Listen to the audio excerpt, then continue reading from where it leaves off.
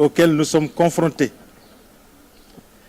et une bonne maîtrise de l'environnement sécuritaire, de la situation sécuritaire, tant au niveau national qu'au niveau de notre voisinage immédiat et lointain, cette maîtrise elle est primordiale pour une bonne prise en charge des problématiques sécuritaires. Et donc, les présentations nous rassurent, parce que la maîtrise est là.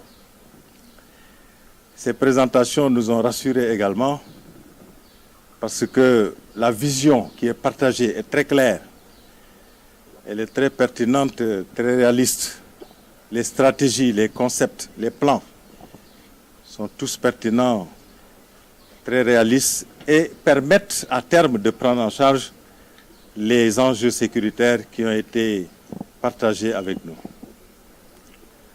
Les présentations nous rassurent enfin parce qu'à travers elles, nous nous sommes rendus compte que les autorités du Sénégal ont fait tout ce qu'elles pouvaient faire pour mettre à la disposition des armées les capacités nécessaires pour une bonne exécution de la mission des armées, pour une exécution dans des conditions optimales de la mission des armées.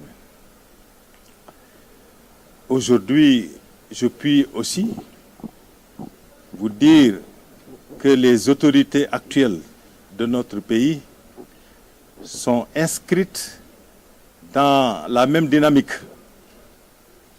qui consiste à travailler sans relâche, à mettre à la disposition des armées toutes les capacités dont elles ont besoin pour exécuter la mission qui leur est confiée.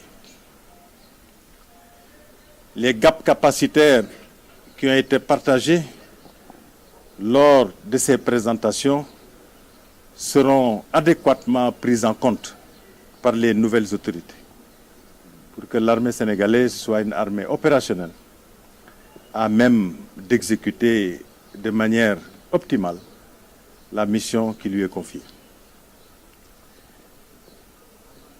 Lors des présentations, j'ai également insisté sur la nécessité pour les armées de revisiter un concept qui nous est très cher, qui est le concept armée-nation. Le concept qui a toujours permis, depuis les premières années d'indépendance, à nos armées de participer de manière décisive au développement socio-économique de notre pays. Avec toutes les évolutions qui se sont déroulées dernièrement dans notre environnement sociopolitique, il est important, et socio-économique d'ailleurs, il est important que les armées prennent en compte ces évolutions-là et mettent à jour le concept armée-nation de manière à ce qu'il soit adapté, de manière à ce qu'il soit en cohérence avec les réalités du moment. Cela est attendu des armées et je suis persuadé qu'elles s'y attelleront dans les meilleurs délais. Nous avons insisté aussi sur la nécessité pour les armées de travailler à renforcer en permanence des relations civilo-militaires qui sont déjà très solides, mais qui peuvent être renforcées. Parce que comme vous le savez, une armée, pour qu'elle travaille de manière efficace, a besoin d'avoir des rapports de confiance avec les populations pour qui et avec qui elle travaille. Alors, cela aussi a été un message largement partagé avec nos camarades de Dial Diop, les différents chefs des armées, les différents chefs de service. Et nous avons bon espoir que tout cela se fera dans les meilleurs délais. Et nous y avons ajouté l'importance d'entretenir des relations de confiance avec nos voisins, qu'ils soient des voisins immédiats ou des voisins lointains.